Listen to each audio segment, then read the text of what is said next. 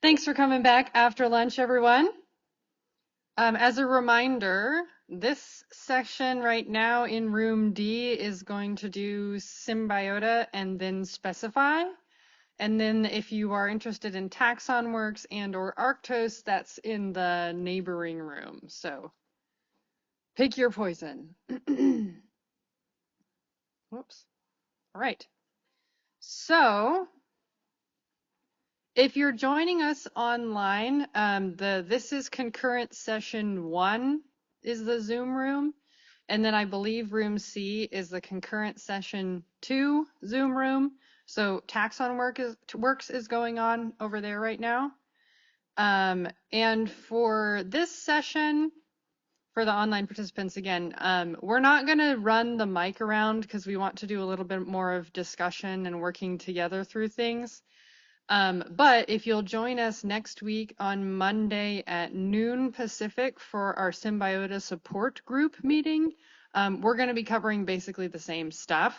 So just so you know, you're not going to hear all of the participants talking. You'll see some demos here, but it will be a little bit of an incomplete experience. So just join us next Monday. Okay, for everyone else in the room, we're a little bit extended and it would be cool if we could combine, but I'm not going to expect everyone to move. So this is a discussion and workshop session. So that means that we want some participation, we want questions, we want people to share their ideas and the things that they have found in managing data quality in a Symbiota instance. Some people are moving. I love you guys. So what I'm going to do is walk us through some of the easier to do things in Symbiota. But I want this to be the most relevant to you all. So if there's something in particular that you are having trouble with or that you want to clean data with in your Symbiota portal, your Symbiota instance, please speak up. So does anyone have any thoughts immediately about I'm at a loss about how to do X? No particular questions? Yes, Joe. Okay. Yeah, that's actually a great point. I'll give you the 3-minute overview of what Symbiota is. So Symbiota is both a collection management system and a biodiversity data aggregator. So GBIF is an aggregator where people put copies of their data, and that's all that it is. I mean, it does so many things, but it's mostly to show and share copies of data. Symbiota is like that, but usually the portals are more geographically or taxonomically focused. So for example, there is a bryophyte portal for bryophyte specimens. There is invert eBase, which is for mostly marine invertebrates. And also there's multiple data sets that are shared with that portal. The collection can choose to use that data portal as their collection management system. So instead of having an access database or a specify database or any other system, they're actually using Symbiota as their data entry portal. So for example, one of our most popular, sorry, I'm really struggling with this Mac up here. One of our most popular portals is called SciNet.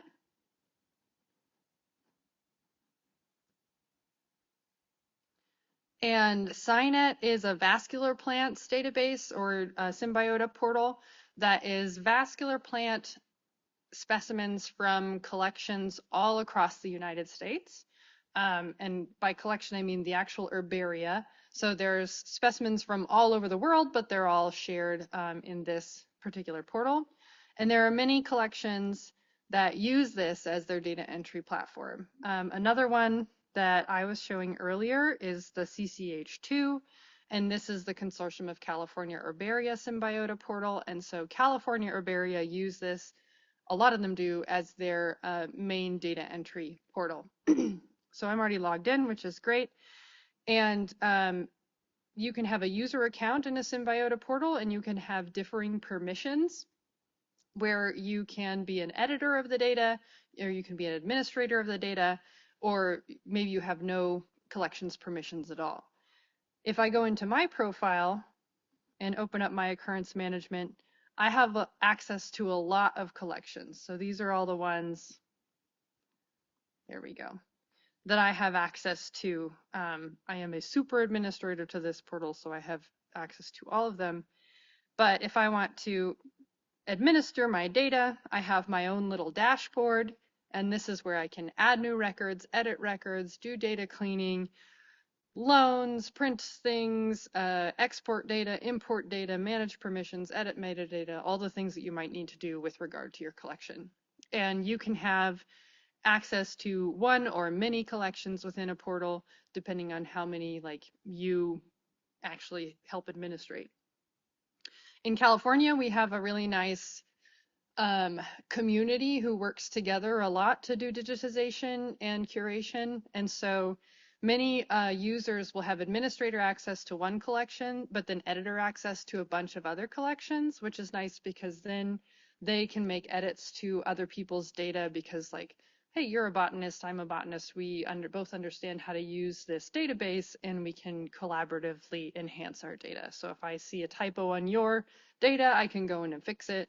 And that's one of the advantages of having a community portal, is that you can be managing a lot of data collaboratively.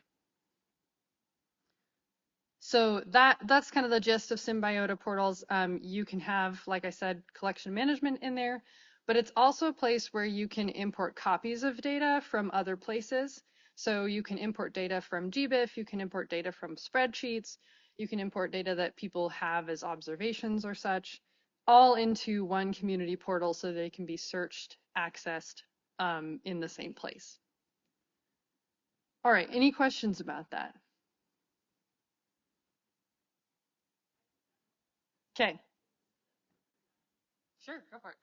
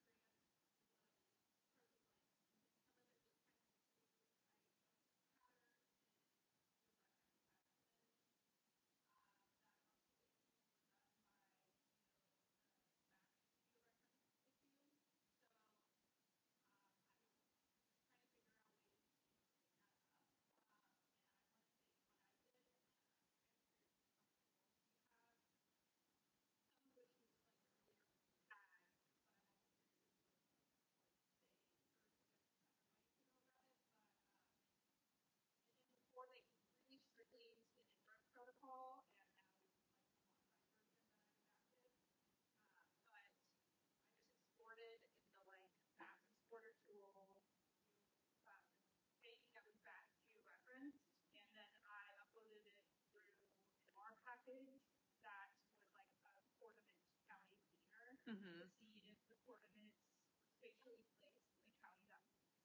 Mm-hmm.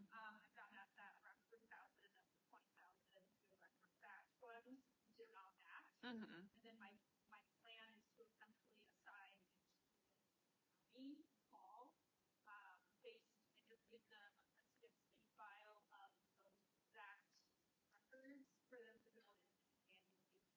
Mm-hmm.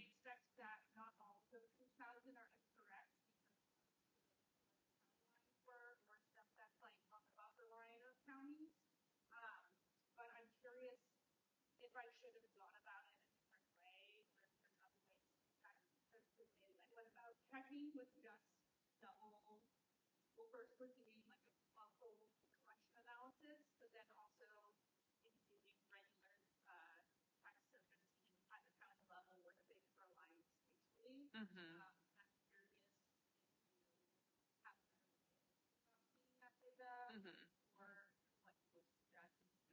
Mm-hmm.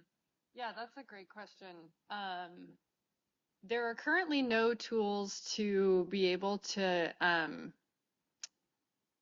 check coordinates versus their boundaries of higher geography. And I say currently because in this newest version of Symbiota, what you're seeing right now is Symbiota 3.1, which is the newest code base that we're currently in beta release mode.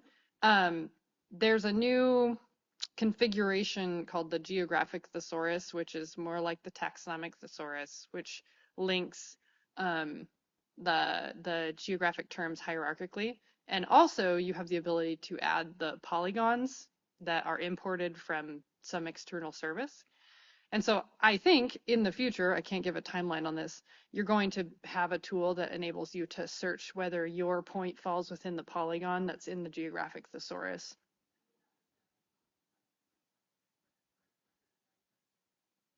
I don't know. It seems like that would be a tool that could be developed to be batch. Again, I don't know where that falls on the development timeline, and we probably need a grant to do that, but like the infrastructure is there. But I think what you did makes a lot of sense to just run it through an external service. Like I've done the same thing with California records, looking at, well, and other records, where I compare them using that GBIF reverse geocoding API, which will, see if everything is in the right country at least. So I think that's just as good as any. One of the nice things about Symbiota is it's pretty easy to import and export data. So we don't recommend exporting your data and then cleaning it and re-importing it because you might break something. But it is still possible to export subsets of your data and, assign them for data cleaning. Other questions? Does that answer your question?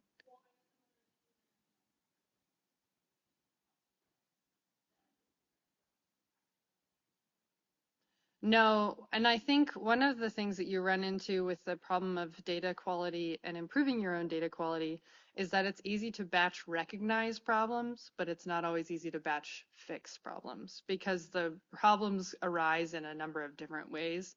And it could be that they were incorrectly georeferenced, or like you said, correctly georeferenced, but like they're on the wrong side of the county line because that's where the midpoint of that town was or something. Like I'm just thinking about georeferencing Kansas City and about how much of a nightmare that must be because it's like two states.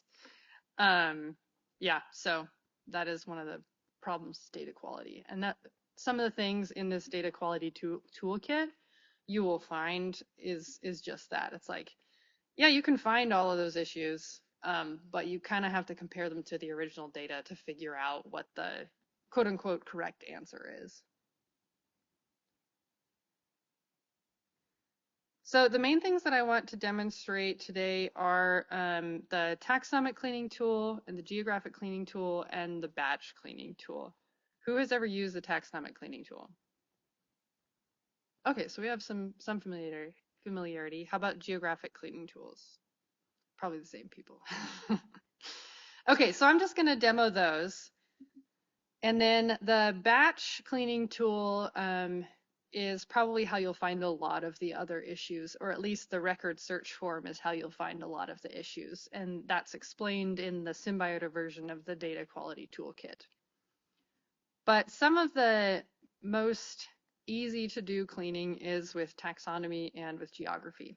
So I'm in my administrator control panel for my collection, and there is a little link here to data cleaning tools.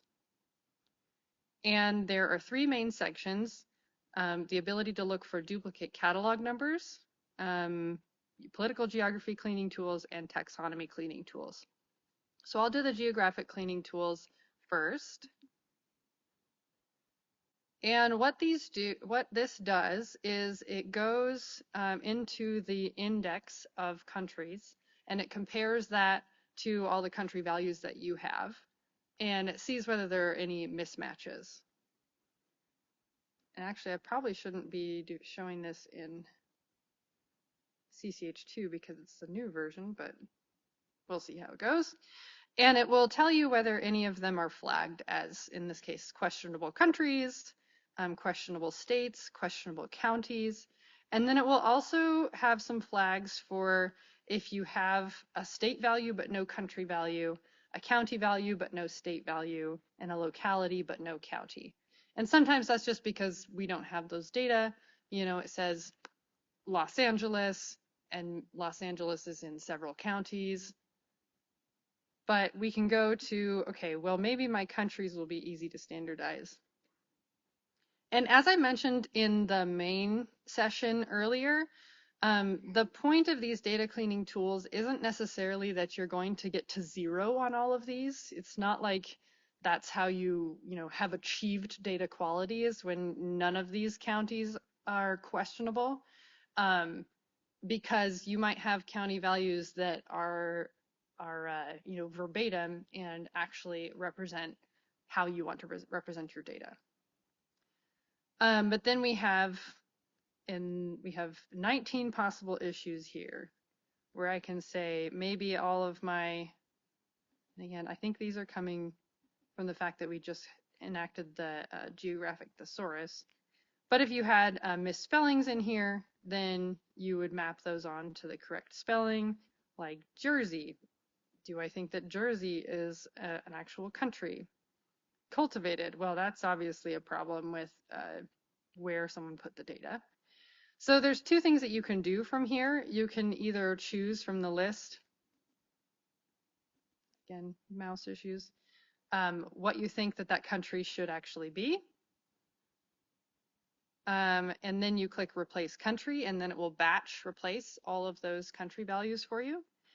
Or if it's just a one-off, and like in cultivated is not a country, I can click the pencil icon and it will take me to that record, or maybe it won't. And I'll be able to edit it from there. So I'm going to go into a different collection here, or a different portal.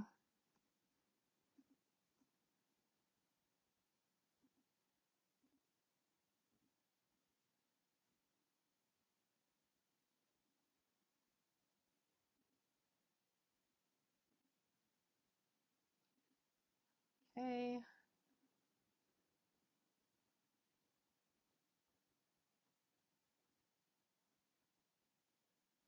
You can ignore what I'm doing right now. I'm just getting to the collection here. Okay. So same thing, data cleaning tools. Zoom in here.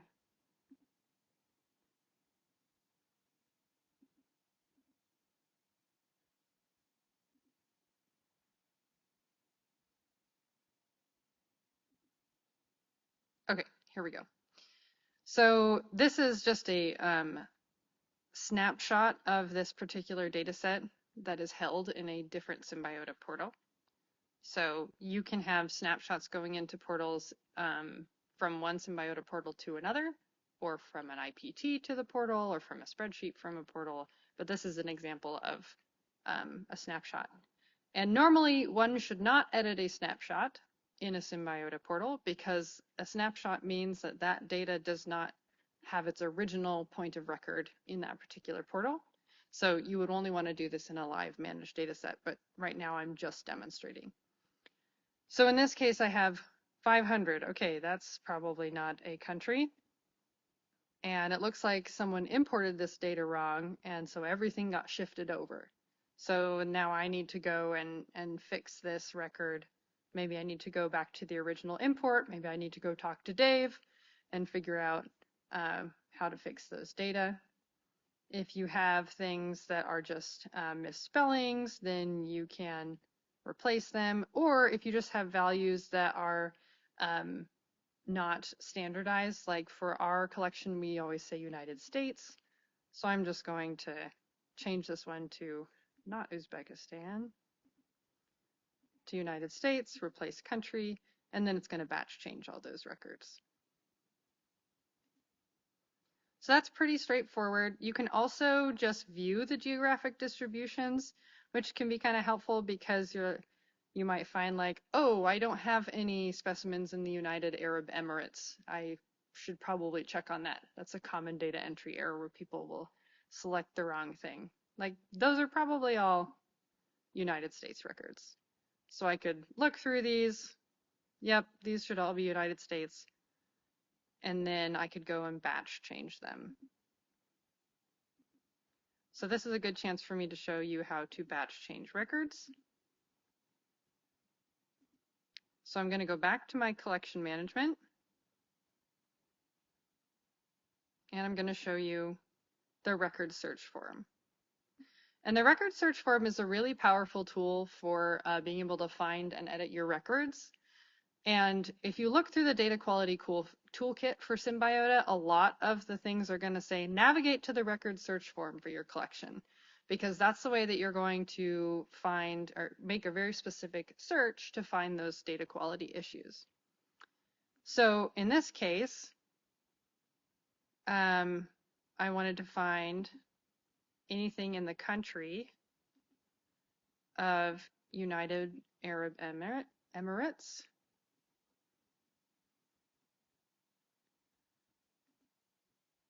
And so there's all 20 of my records that are named that. I can just scroll through and make sure. Yeah, these are all US states. I really don't know about this one. This one has no data. Might have an image.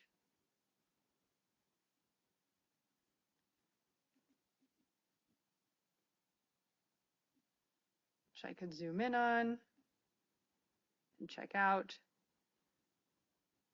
And that says Cal Poly, which is in the United States, so that one for sure needs to be changed.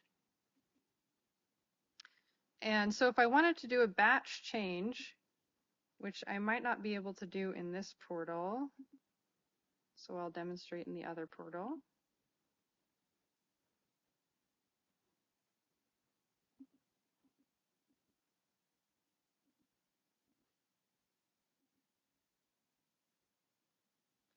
Then in some portals, there is a big button that says batch update tool. That's going to be more apparent in the future. In other portals, there's just a little pencil icon right here. Oh, so I can do it here and sign it. This pencil icon is the batch change tool, and I can say, okay, this is like a Excel find and replace, but you only do one field at a time, which is kind of nice because then you're not replacing things all over your data set. So I can say country and the current value of United Arab Emirates. I want it to be United States. I want to match on the whole field. So I batch update and we're good. All right, all fixed. So if you go through the data quality toolkit, it will say, here's some ways that you can find these data. So for example, let's just walk through one. Date hasn't happened yet. Okay, this date the specimen was collected is in the future. So I'm going to go to the record search form, check, and then I'm going to, oh no, what have I done there? Okay, then I'm going to sort by date. So sort everything by date, then select descending, and then display table. It might take a little while because it's doing all 96,000 of my records. And then it'll show the highest records, or the newest records at the top. So here's a case where something went terribly wrong with my event date parsing, or maybe the way that I just typed it in. And I can go to my record, and that needs to be a 19 instead of a 91. Oh my goodness, thank you for letting me know. I think it's because it's only showing this one particular window.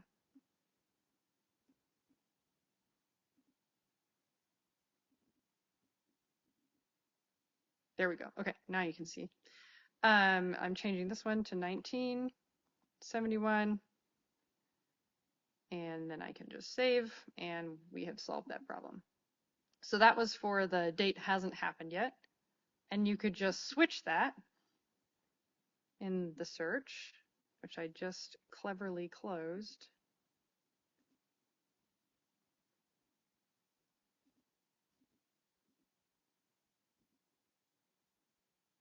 So then I'm going to sort by date. Let's try ascending. I think you're also going to have to say date not equals 0. Oh no, you want date is not null.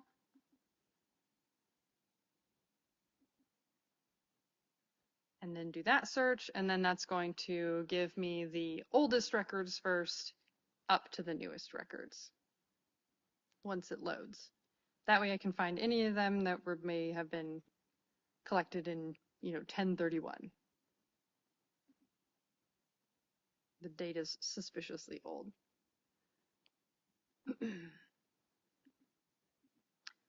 So that's how you can use the record search form. The record search form has a lot more capabilities the more fields you add to it. So from the record search form, you can add a bunch of fields to have a very, very, very customized query. So in the custom fields, you can select a field from the drop-down list. So these are all the occurrence fields that you have available to you. You can choose what type of search you're going to do. So is it going to be an equals, meaning that is the only thing that exists in that field? Is it going to be a contained, which just means like that that text exists somewhere in that field? Is it a is null or is not null? These are super useful, the is null and is not null, for when you're looking for missing data. For example, some of the data quality toolkits will show you like decimal latitude is not null and decimal longitude is null, because that should never happen. So you'll find a lot of the descriptions in that data quality toolkit are going to refer you to just slightly complicated searches in the record search form that will help you just bring those up, and you can edit them right there. And these data quality toolkit, especially the ones that have you go through and kind of require you to manually change later, I would recommend that these are great projects for students or interns or people who just need to get familiar with the data. Because if someone has editing privileges, then they can go in and do one of these custom searches, and maybe there are 110 records. They could do 110 records in a quarter or a semester. If they have images. If they don't have images, you could just be like, okay, go find the specimen and then go fix the data. These are nice ways of having a bite-sized chunk of data quality improvements that can be made for, and people will feel like they're improving the data. They are, thank goodness. And then if there's some things that require a little bit more sleuthing, that's excellent critical thinking skills for them to exercise to try to figure out what is this data quality issue and why did it show up. As I mentioned earlier, there are times when you can find the data problems really easily. Fixing the data problems is not always quite as easy. And so that's a good it's a good teaching experience for students to go through. Okay, any questions? Yes, Joe.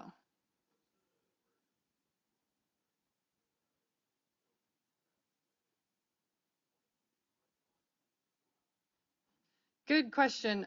Joe is asking about the batch editing, or sorry, about the version control. So every edit that happens in a Symbiota portal, with some exceptions, is tracked in an editing table.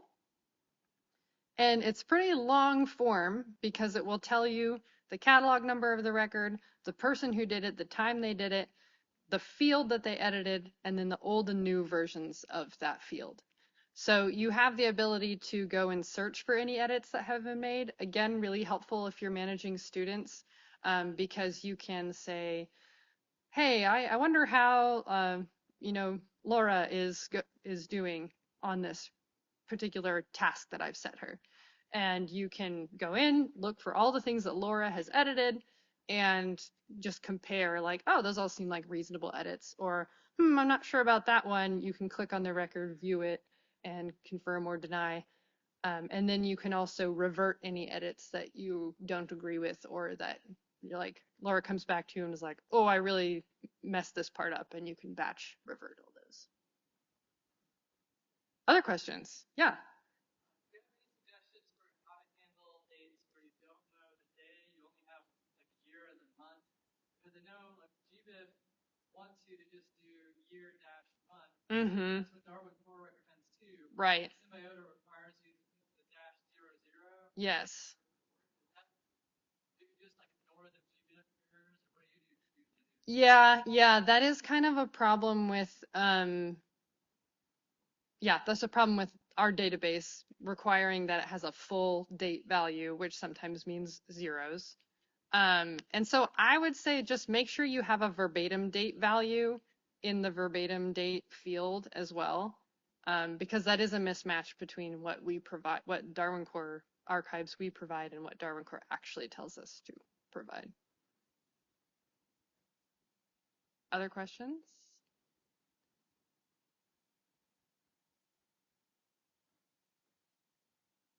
No? Okay. We'll keep on mulling over things, and I'm going to go demonstrate the taxonomic cleaning tool. So this is again under the data cleaning tools section. Down at the bottom, it says analyze taxonomic names. And this gives you a list of how many specimens have a name that is not linked to a taxon name in the taxonomic thesaurus.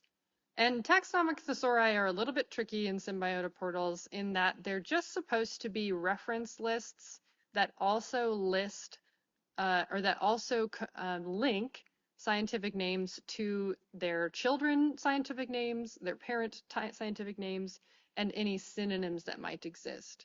And while there is the ability to say like this is the accepted synonym, most portals taxonomic thesauri are not meant to be like taxonomic resources. Like SciNet said this was the accepted name, so everyone in SciNet agrees that that's the scientific name or the accepted name.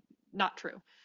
Especially in SciNet because this is a portal across the entire United States and people between states can't even agree what an accepted name is. So this is just a list of scientific names, and these 934 specimens have a name that doesn't match a name in the list, basically. And that might be because of several different reasons. It could be because it's a misspelling. It might be a not published name. It might have the authorships embedded into it and didn't actually parse it out into a scientific name. But this cleaning tool can help us figure out all of those issues. The taxonomic cleaning tool has the ability to link into a taxonomic resource that has more information about names that have been added, names that have been published recently or from long ago. And in this case, this portal has the ability to link to the catalog of life. And what that's going to do is it will take each name that is not linked to the taxonomic thesaurus. It will send it to catalog of life and say, do you have this name? And catalog of life will be like, yes, I have that name. Here it is. Here's its parent taxon. Here is the accepted taxon. And all of those names will get added to the taxonomic thesaurus or the taxonomic list. Which is nice because then I don't have to just create this big list of names that need to be added to the taxonomic thesaurus. It will do it for me. So I will run it against plants because that's the collection that I'm working with. You can say, I want to do all of my taxa and I'm going to go drink a coffee and come back and my 500 will have already been run through. Or for the sake of time, I'm just going to do like 10 right now. And then you can also choose to run 250 and then wherever it ends, you could start at that same point later on. So maybe I would just put M here and it would start at names that begin with N, M, and then keep on going. Maybe I'll do that just for fun. So if I click that button, this is going to check through. Again, it looks for the taxonomic thesaurus to see if that name's there and there was just like a problem with linking it earlier. And if it doesn't find it there, it goes to catalog of life and tries to find it there. And if it doesn't find it there, it's like, okay, well, here are some like potential names that it could be based on names that we have in the taxonomic thesaurus. And it does this based on fuzzy matching, which just means like it's kind of near that string. So here we have a bunch of names that, let's see, Malacothamnus involucratus. Someone said Malachothamnus involucratus. It's actually supposed to be Malacothamnus involucratus. And it's still loading all 10 of mine. And so once this finishes loading, then I'll be able to, just with a click of a button, change that name to a name that's actually in the taxonomic thesaurus. Or I don't know if any of these, yeah, and then this one, Malacothamnus arcuatus variety elmeri, this one was found in the Catalog of Life, and so it was actually imported and linked, and now that name is actually in the taxonomic thesaurus for the entire portal to use, which is very helpful, because then if anyone else has this particular scientific name in their collection, then it will link to the taxonomic thesaurus. And we're still loading. Wow, there were a lot of Malacothamnuses that it added. So, and then there are cases, people will ask me like, oh, can I use this tool to like update my taxonomy so that it's all the newest taxonomic names? No, that's not the point of this, because you'll need to go and annotate your specimens physically with those new names, and then you might have to change them as a determination. Harbo.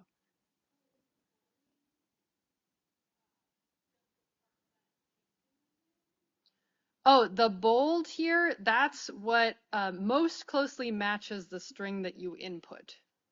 So this one's saying like, hey, I found an M. arenaria name that this could be, but this doesn't seem to be related to this name. So this is like the closest thing I got. That's all it's telling you.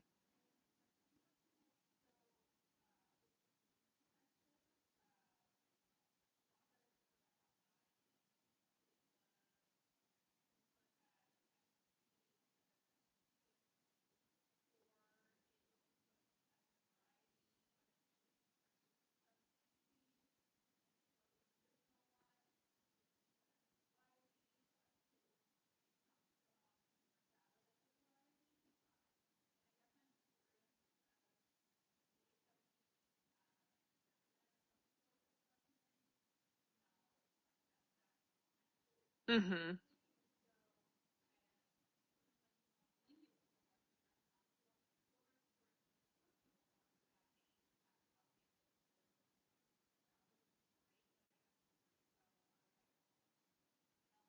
Mm-hmm. Yeah, in that case, my recommendation, and that might not be shared by other people, is that you would actually annotate that specimen, at least digitally. Is be like, this was called a variety on the original specimen, but we updated the taxonomy to be the subspecies, because that's the like actually accepted scientific name.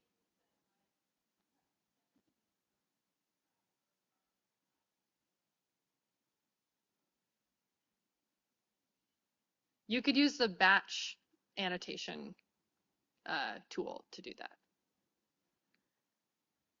So now it has finished loading, and here's my Malachothamnus, which should be Malacothamnus. I click remap, and oops, I did it twice, so it failed the second time, but the first time it did successfully do that. And now I only have 495 to go. But again, you can just run the whole thing, go drink some coffee, come back, and it'll you can work on it later. There are two versions, semi-manual and fully automatic. Fully automatic is going to just make some decisions a little bit more authoritarianly, if that's a word, than the semi-manual would. Like if it finds anything that says like Carex SPP, then it'll just be like, get rid of that SPP. All you want is the Carex, which you would have to make that decision manually if you kept it on semi-manual. All right, any questions about other stuff? Yeah, Shella.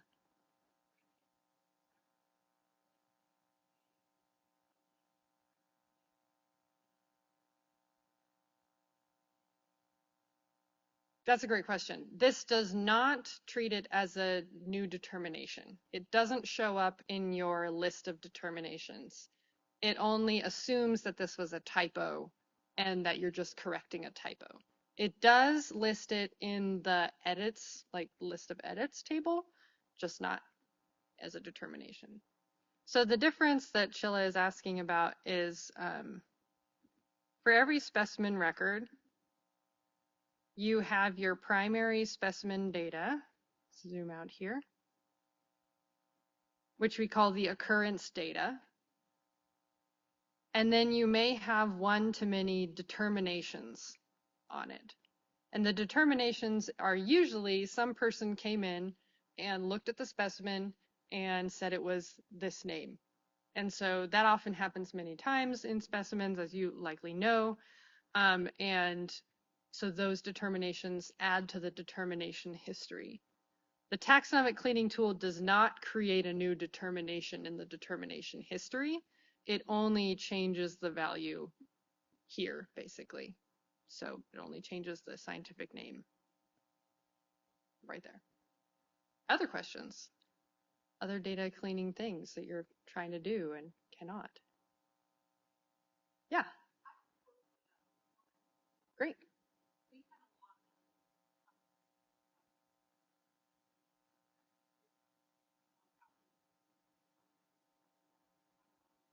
Mm-hmm.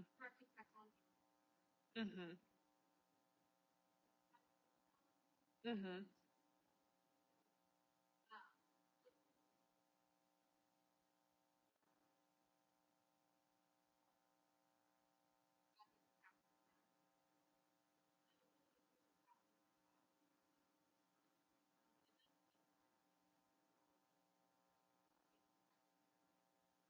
Mm-hmm.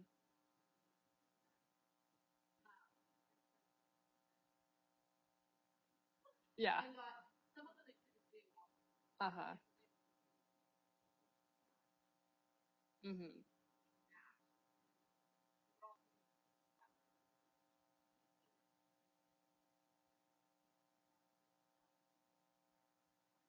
Mm-hmm.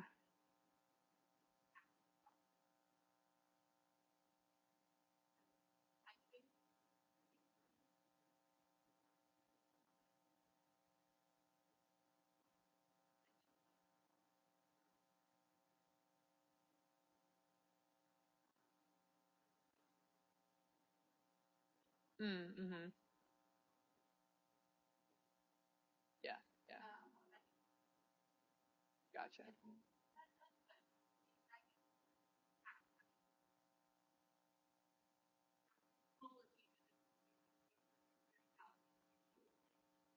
Yeah.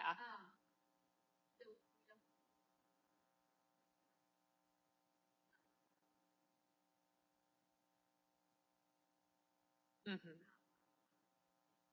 Yeah. So she's referring to the World Register of Marine Species, or WORMS, and that has like algae data, mollusk data, fossil data even, for of taxonomy. And there is an option to connect to the WORMS API as one of your taxonomic resources if you're dealing with algae or mollusks or whatever. But it's an API, so it sends out data and it receives data, and it depends on how fast the API is, and you can do one at a time, and so that can take all day, which Lindsay and I can relate of having to run that for like tens of thousands of taxa at one time. And that's when you go out and you just run it overnight and then just wait and deal with it in the morning and hope your cat didn't close your browser. But there's also other options like running it through the worms uh, uh, tools themselves. And if you're dealing with plant data, there's also another resource called the Taxonomic Name Resolution Service, or TRNS. And that's a way of uploading a CSV or just a list of taxonomic names, and it will do all the fuzzy matching for you as well. So also a really good point. Okay, only 500 names of taxonomic name resolution service, but or as Harpo says, apparently you can do it through R. Nice. All right, ask Harpo for any of your R data cleaning questions because he's got the skills. Okay, well, I don't want to take any of Specify's time. If you have any other questions, then please do come see me, or you can see Samantha, or you can see Lindsay, who is floating about as well, or probably some of the people in this audience too. So thanks everyone, and I'm going to invite Specify to come and take over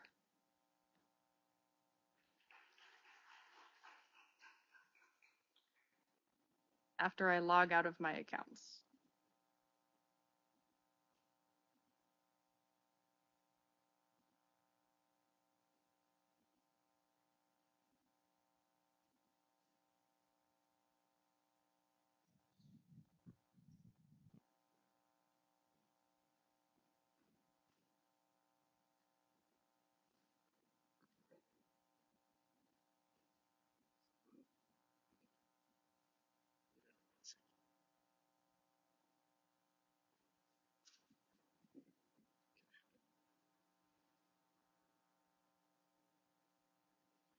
Hi everyone, my name is Grant Fitzsimmons. I'm the Technical Services Coordinator at the Specified Collections Consortium, and I'll be presenting today with Bronwyn. Hi guys, I'm Bronwyn Combs. I'm a student support employee here at Specify, and we're going to be talking about ensuring data quality. All right, so before we get started, I just wanted to say if anyone has a question while we're presenting, we're going to have one of our developers over there, Alec, run the mic out, so feel free to interrupt or ask questions as we go through it. We're going to start with a slideshow, and hopefully we'll leave some time to show some demos at the end. But we're going to start with a slideshow going over some of the capabilities right now in Specify, and this goes along with that iDigBio wiki page where you can see various data cleanup methods you can use and approaches to data quality issues that are in the data. So first, I'll talk a bit about catalog numbers and identifiers. And Specify doesn't allow you to have a catalog number exist twice in the same collection. But that doesn't mean that there aren't other places that you want to have some kind of structured identifier for, or even just catalog number, for instance, you might want to have a structure. So it's simple for administrators to set up something like a format that says my catalog number must be 9 digits. It must auto increment. So each time I save a record, it goes up by 1. And you can set some kind of format up like that for fields all over the place. So you can structure you'd have your collector's numbers structured, loan numbers, accession numbers, and those can follow any format that the institution or collection needs. So you can set it up to have a year, alphanumeric characters, numbers, or any of that. But Specify gives some pretty powerful tools for standardizing data fields across the app. And along with that, it offers some really powerful uniqueness rules, customization options, which lets you say that a field, a pair of fields, or just a set of any number of fields within a certain data table could be unique to a given scope, which means you could say that just a couple of text fields must be unique to that particular collection or to the discipline. And with that, you can have some really powerful uniqueness constraints to make sure that the data doesn't have duplicates. And just like up there, you can see when you're configuring this option, it also gives you the option to see what duplicates already exist, which means that this is not only a really powerful tool for setting up uniqueness constraints with your database, but it also makes it so you can discover issues where duplication's happening where it really shouldn't be.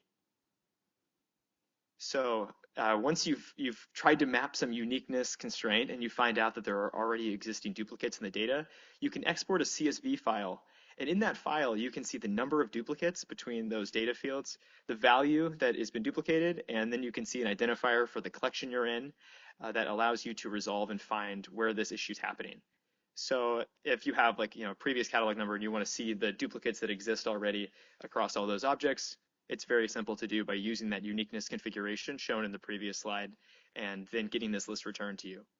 But there's some really good practical applications of this approach, and we'll show that in just a little bit.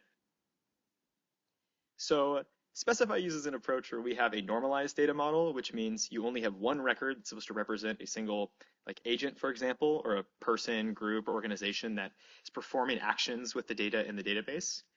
So if you're going to have a single individual, like if there's one grant, you're not going to want to have 5, 6, or 7 ones that are variants based on just different initials, previous historic names, and those kind of things.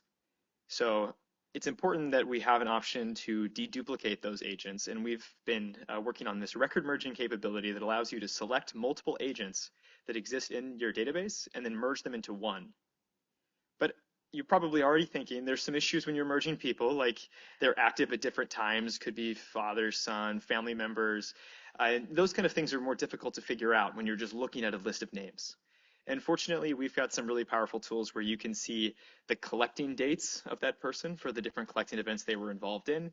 You can see their activity when it was in the database or with the collection or within whatever kind of transactions they were associated with.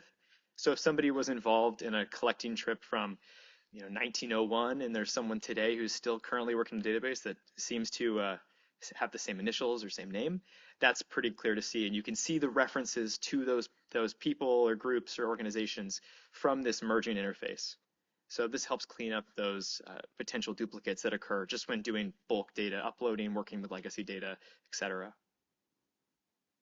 And using that uniqueness system, it's really simple to say, show me all instances where the agent, there's a first name and a last name that are going to be duplicated. And you can create this big list of exported duplicates, and this is definitely a step one. There's many more and many other ways that duplicates can occur and can be discovered. But you can export that spreadsheet, and then you can search using the query builder system to find and merge those together. So once you've built your query, which I hope we get to demo soon, you'll get to see the list of all the agents that have been returned based on the criteria you've given it. You can select those items in your query results, and then you can choose what data is going to be included in the final record. And that means you can pick the particular email that's correct, the middle name, the different addresses associated with them, and like I mentioned, you can see the associated references with it. So you can see when they were active collecting or when they were working with the DNA sequences and that kind of work. So this kind of shows you what it would look like when you've run your query, seen the results, and that comes after you've figured out what duplicates are occurring based on that uniqueness rule configuration. So you can see there's a first name and last name pair that occurs 3 times in this division and specify, and that means it's easy to find, search, and merge those together. All right, so dates. This was another big topic in the iDigBio wiki about data quality. To find out if there's any dates that have occur in a specific date field that haven't happened yet, it's simple to use the relative date function that we offer when building queries to say, show me all the dates that are greater than today in any given field. And then you'll be able to return a list of all of the dates that are occurring in the future. So while in some places where you have like a lone due date where it's desirable to have a future date, this kind of search could be run on any date that exists that shouldn't always have been in the past or have been the current day. Or you could simply build a search on a date field and then do descending sort to find it where the most recent dates are going to appear first in the query results. And then if you want to find data that is, the dates that are suspiciously old, you can do a similar relative date, or you could do a static date. So if you know like the beginning of records at your institution or your collection, it's very simple to say, show me all the dates that exist before this. Or if you're just looking for completely bad data, something that's happened very long time ago, you can use the descending sort feature while searching on a date field. So in Specify, we have 2 different tables to capture both the collecting event information or the information about the place and time that some collection was made, and the locality, which is typically the set of coordinates and the extended data about the location that a collection happened. So when we have both the collecting event concept and the locality concept, it means that sometimes you can have duplication on both sides of that. And because localities are made distinct from each other, often by the sets of coordinates that represent them, it's important to make sure that there's only one record in the normalized sense when you're having shared collecting events that represents both. So you can edit one collecting event and have that change be carried for both or all collection objects that are collected during that same event. So we are extending merging coming soon in the next couple of weeks to include both collecting event and localities, so that people can deduplicate the collecting events and localities that are authentic duplicates of ones that are already in existence. And this has all of the same capabilities and features as the agent merging functionality, and we're looking to roll that out further and further to more tables. So ultimately we can merge entire collection objects together, which we've heard a lot of demand for. And just like I mentioned with the locality, which is that set of coordinates and associated data, including the geography that it occurred in, it's going to be the same thing. So we're really excited to be able to deduplicate these and help prevent duplication in data where it's not necessary, so that you have one locality that can be associated with many collecting events, and that collecting event can be linked to many objects. Next, there is a bit about coordinates that are falling outside of the geographic unit. And in Specify, we have a capability where you can search for a certain geography and find all of the different occurrences that have taken place within that range. But as you've seen today already, GBIF has some really powerful data quality reports that you can do after you've published your data. So while you can in the database work and look and see if there are any occurrences that fall outside of a geographic range, it's really good to keep using those GBIF tools because they are really incredible when you're comparing the data and making sure that everything falls where it should. And when you're uploading coordinates using the workbench, so when you're doing that bulk databasing, it's easy to see when you hover over some kind of coordinate set if it is exceeding one of the values or going below the valid values for decimal degrees. So it's pretty simple to make sure that you don't make those mistakes when bringing the data in. And we have that kind of validation too when you're entering data through the forms. We also have a simple query that you can use if you want to find if there are any cases where georeferencing hasn't taken place for a specific specimen.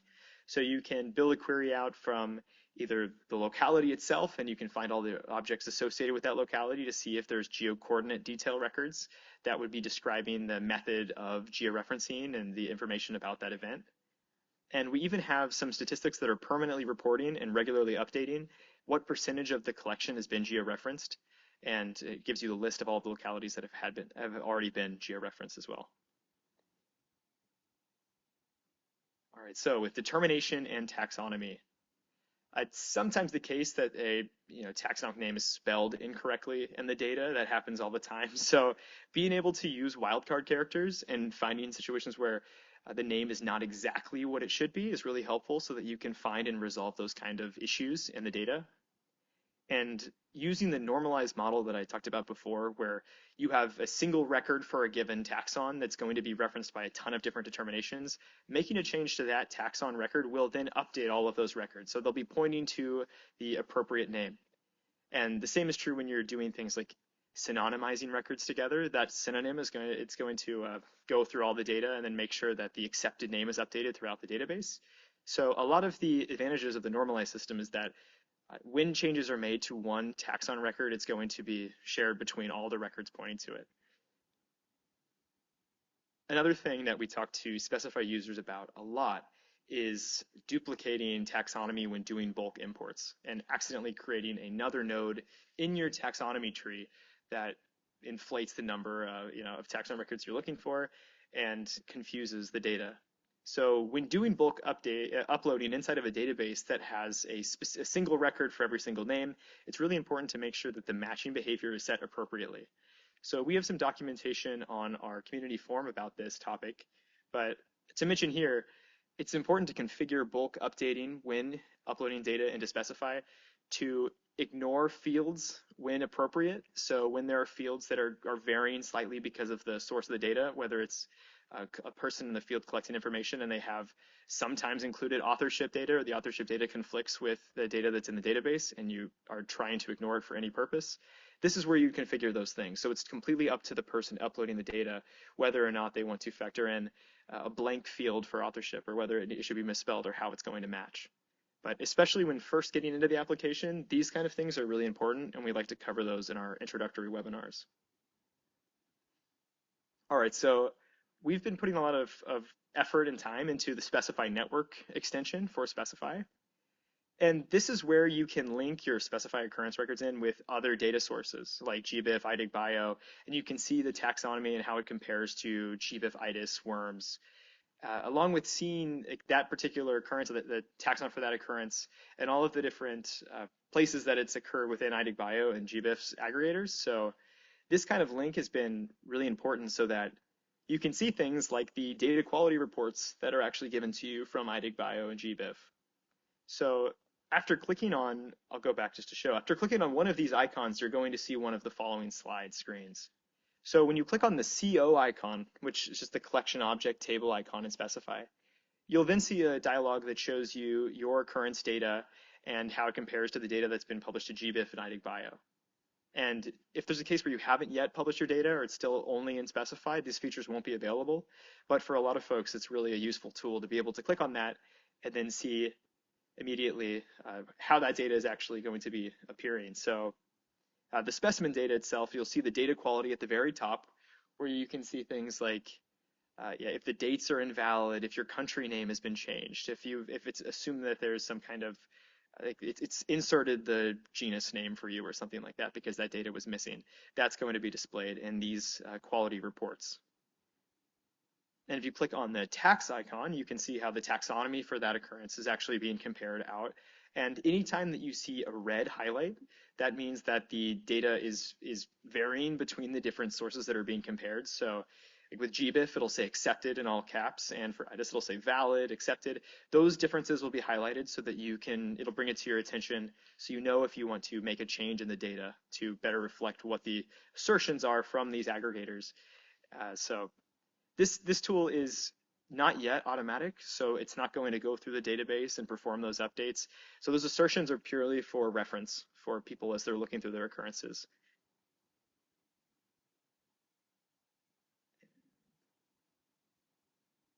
And with locality data, it will automatically show for that particular taxon all the different occurrences that have been reported in iDigBio and GBIF against the occurrences that exist within your specified database.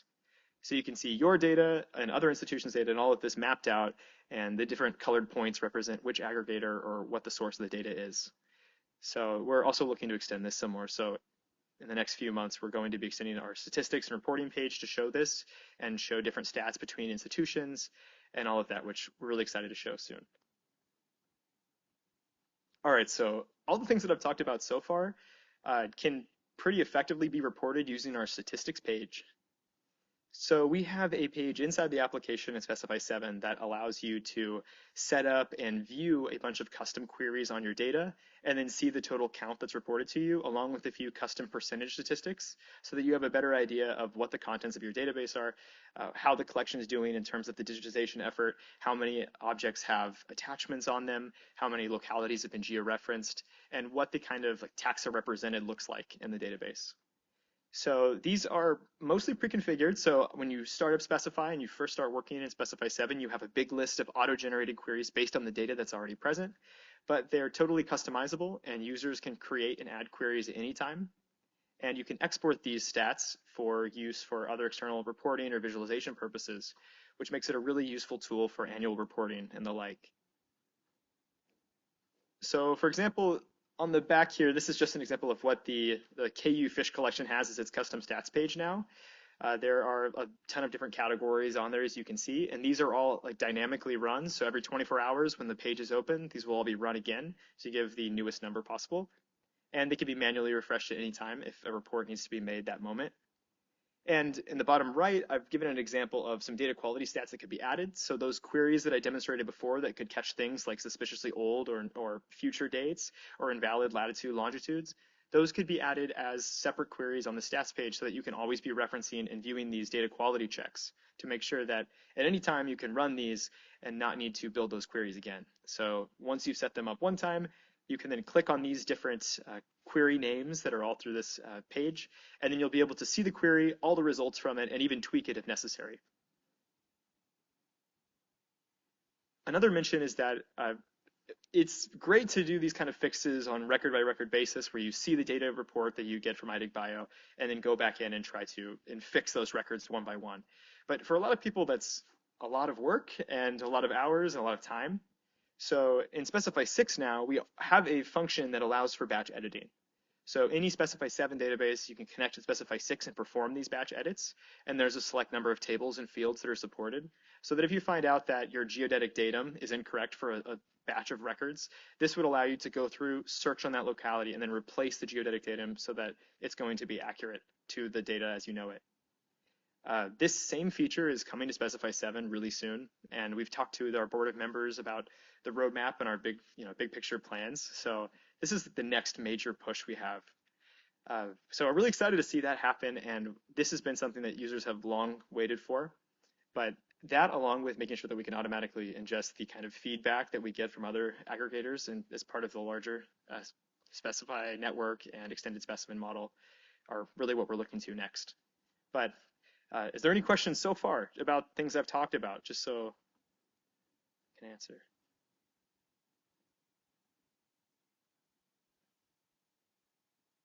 Right. All right, I'm going to be covering our security and account system, a few slides. So it is a very, as it says here, highly granular. You can customize many levels of it. You can set up so that users or different groups of users can have any combination of restricted access to records on a particular table. There can be limited access to some tables, full access to others, and then that also applies to the tools that we offer, such as Workbench, Query Builder, Statistics Page, etc. And we're going to do a few examples of what these kind of roles would look like. So an example of a student, maybe you want them to be able to create a data set, validate that data, and then they have the option to use the tools to transfer ownership to their boss to review and actually update the data. And then this also has the example of read-only access to our trees, so they can't make any changes to those taxon records using, this normalized system. There is a lot of opportunity for corrupt or maybe creation of errant records. And also on the student, this is what we kind of show if they are attempting to access something that has been restricted in security and accounts, just permission denied message there. Perhaps you have a volunteer data entry person. They can have read-only access to all the tables and then permission to upload and create records in just a select few. For this example, there's collection object and locality available, and they will not be able to delete the records or update the records, but could generate labels and run reports on the records that they do create or existing records in the database already. And lastly, most of the awesome tools that we talked about so far are going to be falling under the administrator roles. In security and accounts, it's a little checkbox on the user page, and of course, configuring user accounts, editing app resources, record merging, data export tools. These are all things that institution admins have the capability to do. And our user roles are going to be, there are default roles that you can are stored in the institution page, and you can also create custom ones. These are viewed by these institution admins, and you can add groups of permission policies to the roles to specify what kind of permissions you want to add to certain users. So this is kind of what that would look like if you're going to do user roles for specific people instead of, or sorry, not people, for users, but not. You could also create a student user role that includes all of these types of things instead of breaking it down into creating data sets and read-only access is what I'm trying to get at here. I apologize. And then just a little bit more on this, you can even, on top of the user roles, you can add just specific permission policies seen here to a user's account to more deeply personalize their access in the database, and you can expand a permission profile to be able to display every single table in the permission to that table. And that is what we have for you guys. You're gonna demo? Yeah. Okay. I want to say one more thing with that security and accounts system and some of the benefits to it is that when you have a normalized data model and you have records like localities or collecting events or taxonomy, and you have students or volunteers working in your database and they're not familiar with how things are related to each other or what the implication is of making a change, those tools are just so important to make sure that they're understood by the administrators at that collection or institution, to make sure that someone doesn't inadvertently change some remarks about a locality that isn't specific to an individual specimen. And it does reiterate the importance of making sure that you have good data entry practice documentation particular to the collection, so that people are aware and knowledgeable about how the data is going to go in and how you work with it. So I do have a demo now, just to talk through some other things. I did also want to do it a bit guided. Let's see. So if there's any particular thing you're wondering about or would like to see more about, let me know. No pressure. No.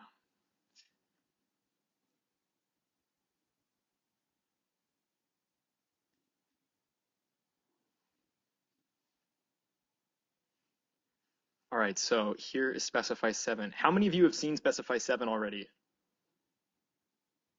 Wow, okay, cool. Have any of you worked Specify 6? Okay, very cool, very cool. So Specify 7 is more of our recent software offering. It's the web-based version of the Specify application, and it's much more like Specify 6 than the previous Specify updates, if you've heard about them over the past 30 years. It uses the same database and data model, which is why Specify 6 and 7 work together.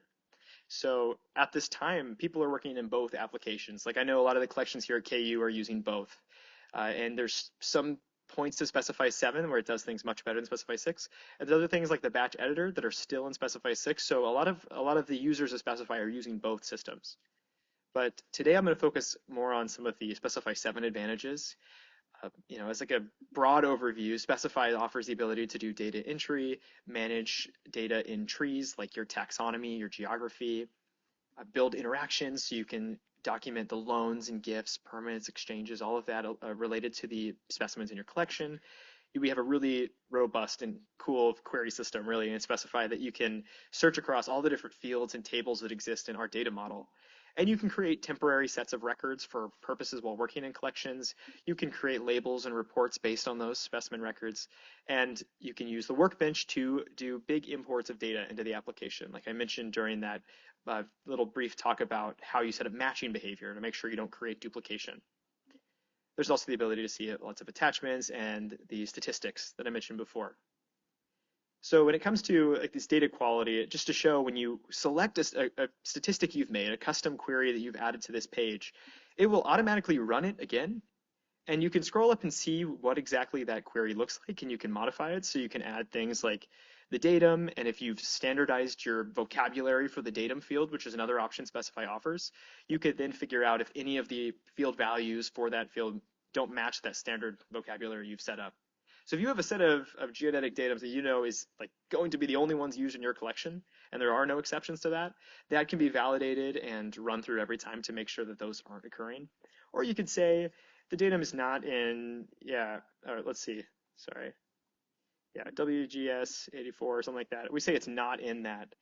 Then we could run a search and figure out exactly how many don't have that value. And this database is unfortunately too clean. It's not good to demo in. But that's exactly how you'd set it up, where you'd say it's not in this value. And this in would just be a list of different values. So if there's a number of them you're familiar with already, you could add those. Let's see. I'm going to go to Andy's database, so I don't want to be logged in since I do believe this is his computer. But if we go to his database, he's going to have some real world. Oh, we're still behind a bit on the live. But in his database, he actually works in it day to day. It's the real world active working database at the KU collections. Yeah, let me switch to the appropriate screen now. All right, can you still hear me? Okay, good. So in his database, he actually has those statistics that I showed before that's reported on actual data that's out there in the wild. Like here, he's got the different, endangered, threatened, CITES appendix. You can go through and run these searches and find all the different taxon records that exist in the database with those flags.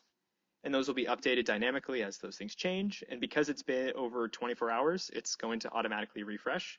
So we can see things like the taxonomy and its representation, the number of type specimens that are in the database, and different things like the percentage georeference, and we can see all of the localities that have been georeferenced.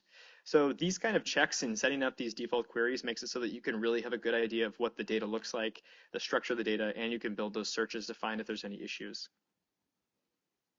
Other things when you need to make changes to things like in the taxonomy, just like Katie was showing where there's different counts you can see associated with the names and the thesaurus. It's similar here where you can see all of the different occurrences that are related to the different items in the taxon tree. So you can see on the right there you have the counts of all of the different objects in the collection that point to one of the children of one of these orders. So I could extend this by clicking on that, branching out some more, and you can see there's none associated with the ones that have zeros. And I know everything's so small for everyone in the audience, sorry.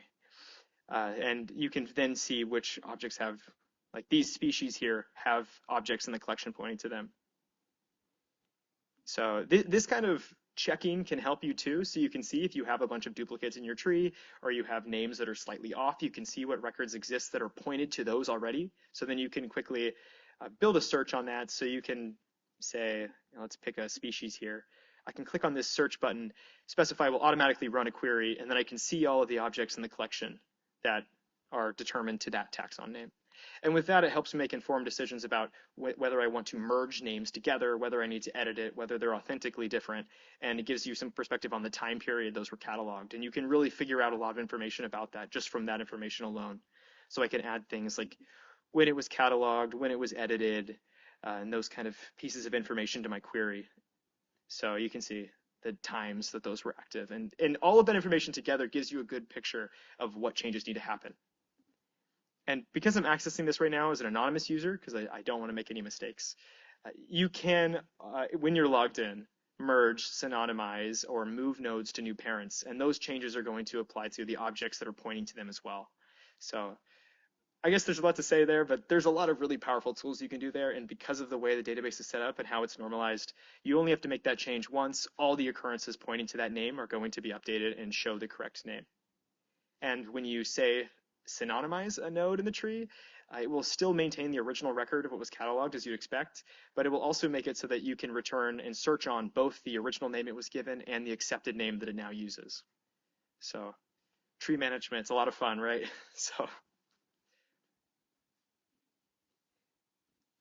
And geographies are the same story. So dealing with a geography that is named incorrectly or applied in the wrong area, wrong region, those are handled here. If you were wondering, sorry, yeah. Before you were talking about the taxonomy tree, just so I understand what you mentioned. So when you synonymize two names, then you go to a record. Does it mean that you have both the previous determination and the new determination?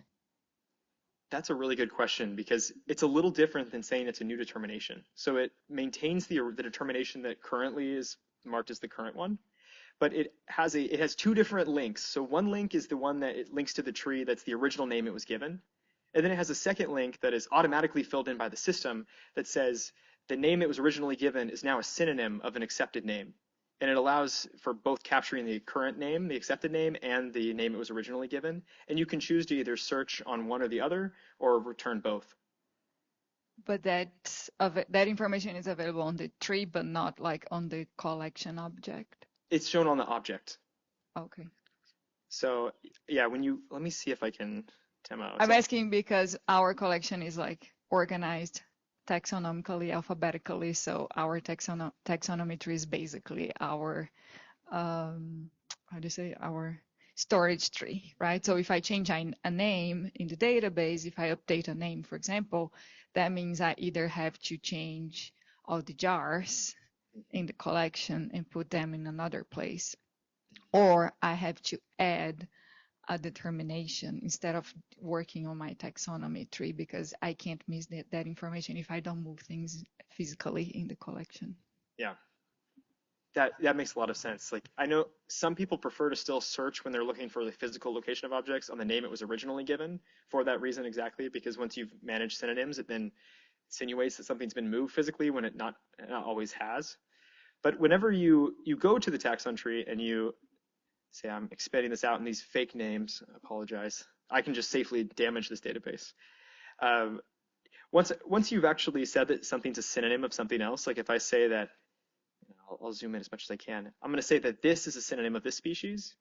I'll just click the synonym button, then mark it as a synonym. The tree is going to change. The counts are now going to reflect the number of objects that are pointing to the preferred name or the current name, rather than showing the count in both.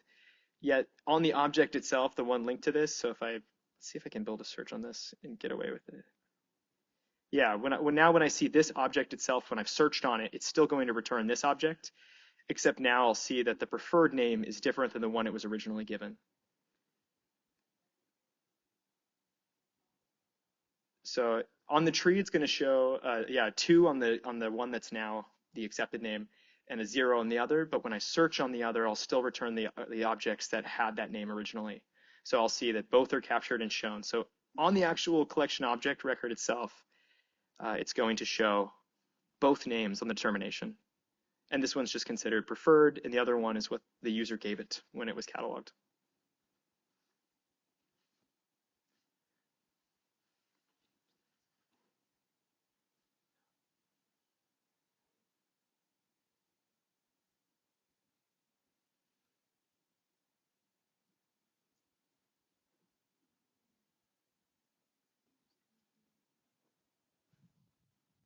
So I think I know the answer to this, but is there, um,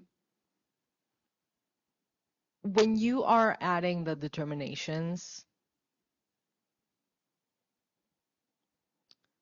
I guess, can one of your determinations be the I guess it's kind of what Anna's saying. Like, can one of the names be the old name, but just not have the current? So if this is like if you're typing in the older name when you're creating a new determination at some point, would it then it's going to resolve it to the accepted name automatically because this preferred taxon is going to be decided by the system. So if that name in your tree is a synonym of something else, it will automatically create that link. But you can always search on the name it was originally given and return that in queries and for other purposes. And is there a way of having two current determinations for one collection object? And that's a big restriction of it, and is that you have to have just one current determination per collection object. Okay. And we're talking about now with our extension into GeoSpecify, which is where we're going to support the geoscience collections, and having ideas of a collection object group where you can have two independent collection objects that are grouped together and function as one object physically. So in the future, I think that capability is going to be included in that.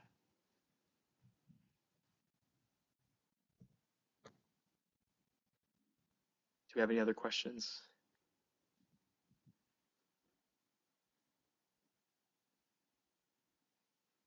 Andy, is there anything that you'd like to mention now as an audience member and a longtime Specify user that would be useful? That's a ringing endorsement, everyone. That's pretty good.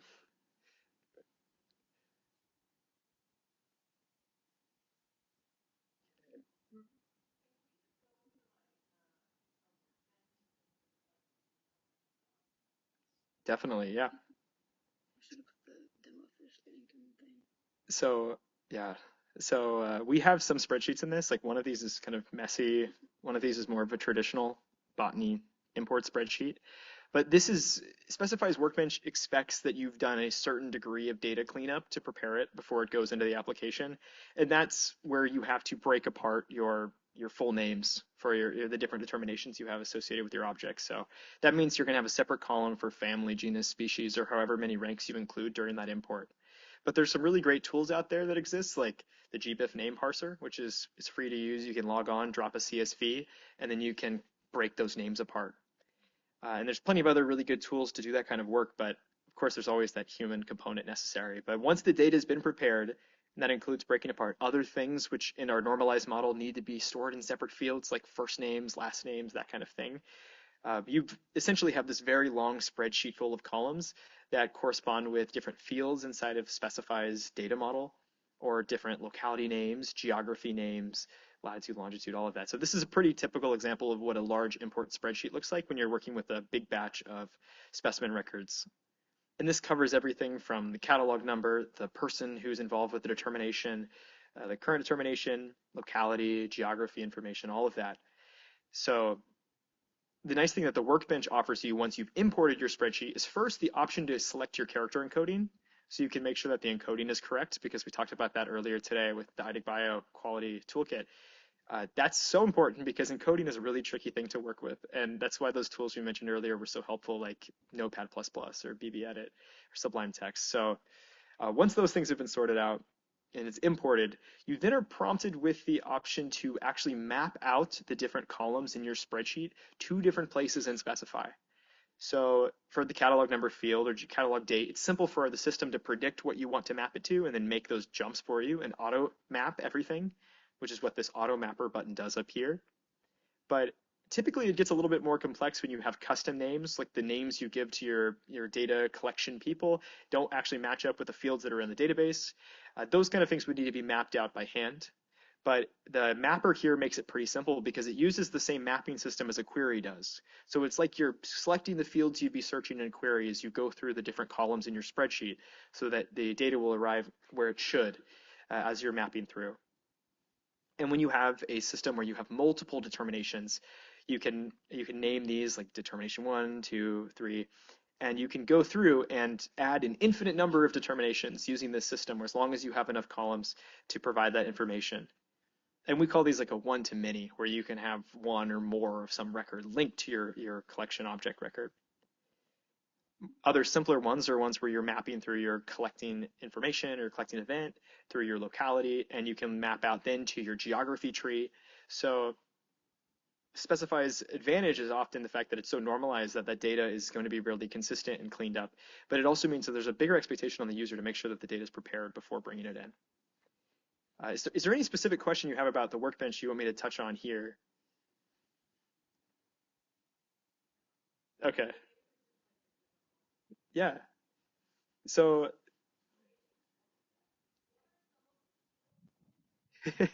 yeah. What are some of the fields that are not that the user is not able to change in the workbench? Because So, I know that there's some that are you kind of cannot do that. So which ones are those? Because it's always I just never remember. so there are certain relationships in the model that are restricted when doing an upload like this, which sometimes requires you to do 2 uploads. We don't typically have fields that are off limits in the workbench, but there are sometimes approaches where it becomes so complex that the likelihood of introducing errors in the data or system problems by doing an import, we have to restrict it to some extent. So when you have multiple determinations and multiple determinations have multiple determiners and those determiners have multiple agents, in those kind of cases, we encourage people to break it into 2 imports because these imports are additive. So you can add data to existing records using the workbench. So if you have new determinations for a batch of collection objects you need to batch re-identify, you can use the workbench for it. You have new preparations you've done, DNA sequences, those can all be added to existing records later. So I don't think we have anything that we've completely marked as off limits, but there are definitely times where you can't map to something because it's just gone too far out in the kinds of joins the database has. Yeah. Okay. All right, we have a very short amount of time, but there's lots of really cool features here. Yeah. Oh, yeah, we can talk about agents. The workbench, we've got a really good webinar online, everyone, so just let me know if you'd like me to send it.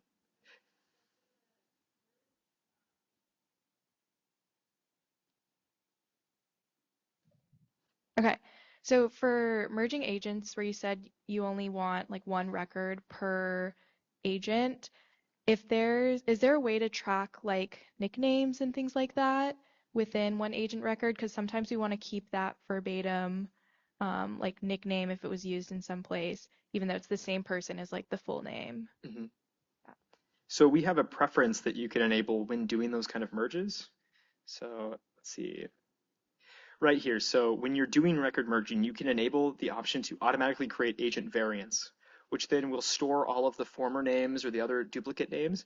So typically once you've gone through and you've done your initial cleanup of all the duplicates that are just the same first and last name or something like that, you'd want to turn this option on because then it will keep like initials and other different variations of names or former names linked to that agent so that that can be resolved. So once that's enabled and you perform a merge, it will then make that final record include a set of all the names it used to have from the other duplicates or from the other referred agents. Yeah. Okay, thank you.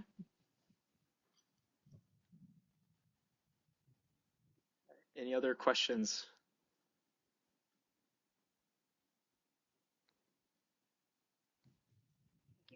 Goes back to the determinations. I just want to clarify something maybe. So you could have multiple determinations, right? Because something may be, a name may change, but you could only have one current determination. But can you still search for that collection object using the old determinations? So if you have a list of like 3 determinations on one collection object, and you are trying to search for all the collection objects for maybe an old determination, will that collection object still come up even though it's not the current determination? Do you follow me? Yeah, and it does. It does allow you to search on former names as well as the current ones. The only restriction on that is that when you're building a search from the tree, it's going to search on the current name. So you would have to tweak the tree query that's automatically run to then search for names that aren't necessarily the current one. But it is possible to search on all of those previous names in addition to the current one. So all the previous determinations are still kept and searchable, which, yeah, really important. Okay, that's our time. Thank you so much, everybody. That was great.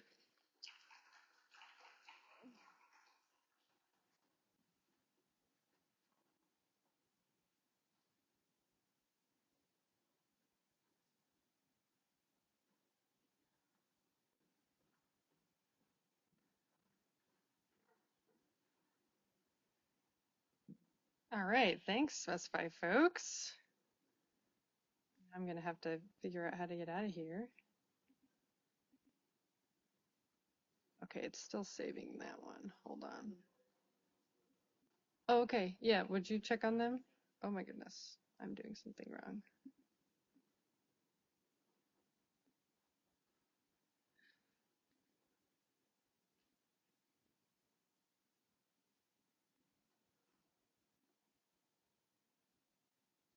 Share.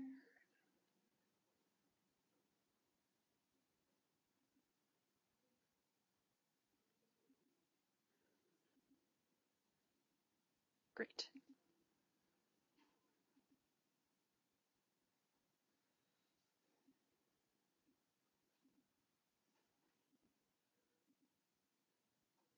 Okay, so we're at the end of our time here. And I just wanted to take a second to encourage you all to reflect on what you may have learned here. Maybe your head is spinning a little bit with all of the technical demonstrations, but there are lots of people that you can ask for help from any of the Symbiota folks, any of the Specified folks, TaxonWorks folks, Arctos folks. So here are a couple of things that you might think about as you are heading off today or tomorrow or whenever you're leaving this conference. And you can think about this with regard to just this workshop or the entire conference. What is something new that you learned? What do you still wish that you knew? What is still missing from the very short demonstrations that we had today? How are you going to apply what you've learned? And who are you going to talk to about what you've learned? So these are all things that I would encourage you to think about just in general.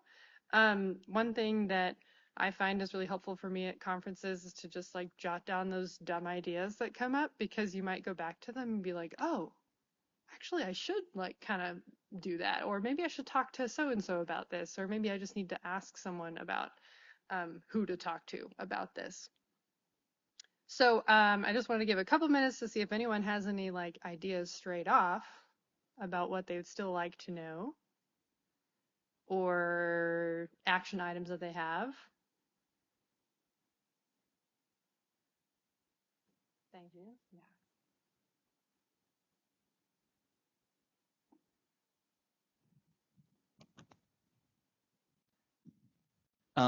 So I'm gonna just talk about some action items, I guess, in that one thing that I noticed when we were going through and looking at like tags is that the data identified field in my data is incorrectly formatted.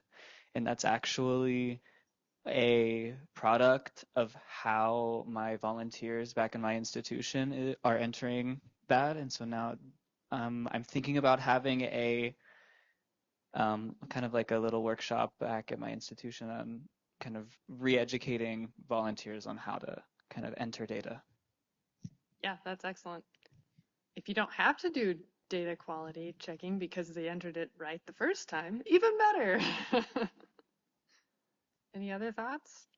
I'm thinking about Chilla's workflows and protocols. I mean, Chilla et al.'s workflows and protocols that they put together to try to prevent a lot of these data quality things. And I think that's a really wise approach. Maybe not everyone is going to agree to your standards, but at least you can like know where you're starting. And documenting those protocols is super important too. Yeah, Natalia.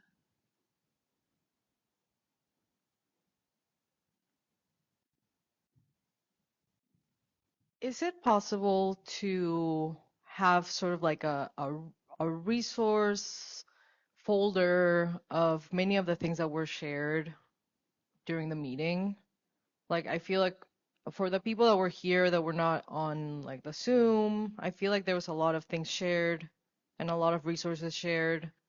And I think maybe it would be useful to have sort of like a centralized place where maybe we could access some of these things. Mm-hmm. Yeah, the data quality toolkit should have most of the links that we shared. Okay. I'll go and make sure that GBIF and iDigBio links are in there too, and Kat's video. So you should be able to access those afterwards. But hopefully the data quality toolkit is like a centralized location. But if we missed anything, let us know and we can add those. Yeah, Deb? Yeah, that's what I was going to say. I don't know who can still edit that or not, or who can be added to that, but we can add a section like that, tools and resources, and just add the links there that were shared in the chat. And yeah, this tool, that link is for you to take home and assign your students to take care of things or deal with it on your own or ask for more information. Yeah, the chat should be downloaded as part of the recording, so you should be able to get to it. I guess I'm always thinking about the when you're entering data into Symbiota via the CERNET portal, I'm just thinking of that whole page as like, let's just talk about all this at once. But it's making me think that maybe there, needs to be split up. Like there needs to be more of a focus on just like the georeferencing and then more of the focus on like the taxon and treat those as a little bit separate, even though they are all showing up on the same page. They've got a lot of uniqueness and a lot of quirks to them.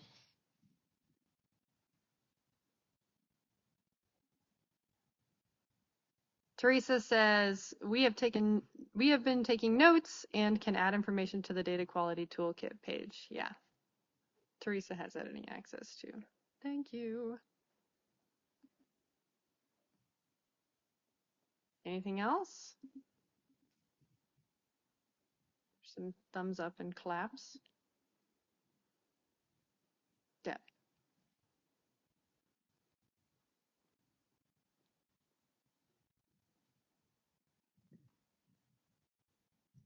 I continue to relearn how much I need to remember that this is an iterative process. So all of you are learning things, and part of your job and your ability now to present a gift to others is to pay it forward. So at the break now, somebody asked me a question and I remembered a whole nother thing. Who was the person who asked me about help with Darwin Core? Yes, so Scylla? Chilla, sorry, thank you. There used to be, and still is loosely, a Darwin Core Hour group, and this is out of the Biodiversity Information Standards organization that brings you Darwin Core and other standards. If you want to ask a question about Darwin Core, and you want a place to do it where everybody can see your question, which then we all benefit and we can all help answer, you can go to we can put that link. You can go to the GitHub repo where the Darwin Core Hour materials live. Great webinars on things like controlled vocabularies.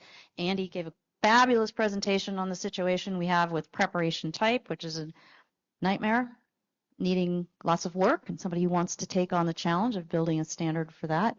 An extension to Darwin Core would be great, and you can read about that. If preparation type is a field for you, you feel the pain of all the stuff that's stuffed in there. So at that same place, you can click in GitHub and you can ask a question about Darwin Core, and a whole slew of people will jump in and potentially answer your question. Yeah, and Teresa just put that link in the chat, and Chandra also says plugging the Tadwig Slack. There is a Tadwig Slack channel if you want the latest and greatest discussions of data standards. Anything else?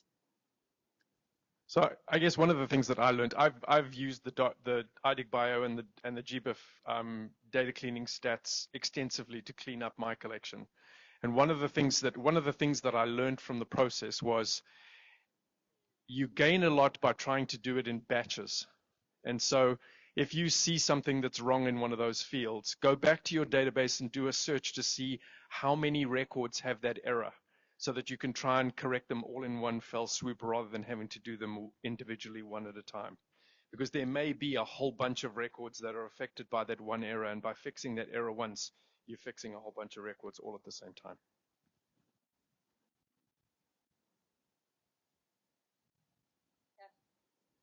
I see Diego Barroso to everyone, y'all. He's saying +1 to that.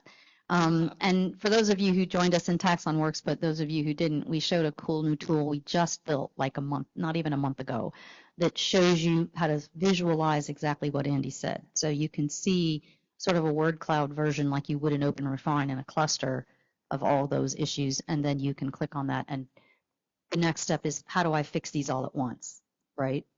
Again, trying to get away from it. How many of you have to fix things one by one in your database right now?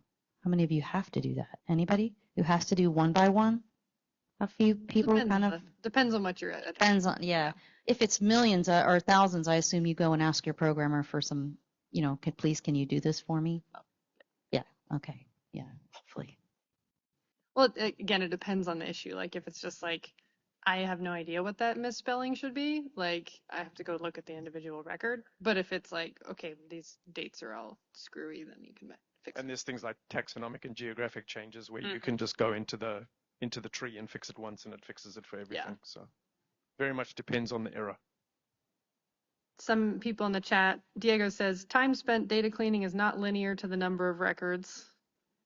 Chandra says, sometimes you need an expert too. And then better to clean 100,000 records at once than clean 10 batches of 10,000 each. Definitely. Yeah. Unless you make more problems by editing all those 100,000 at once. Did you show some of the specify network stuff? They did. It was very cool. And Teresa says, human review is important too. Well, great. Thanks everyone for your time, for coming to the workshop, for participating in this whole conference. I know you're probably like, I need 7 more cups of coffee, or actually better just a nap by now. But yeah, thanks for being here. And hopefully you'll find these resources useful as you go forward in your data cleaning endeavors, data creation endeavors. Hopefully you've gotten some ideas about how you can improve data from the source. And just remember that it's an iterative process, and you're not supposed to have, all your boxes checked, all your T's crossed and your I's dotted by tomorrow. We'll get there. Be patient. Thanks, everyone.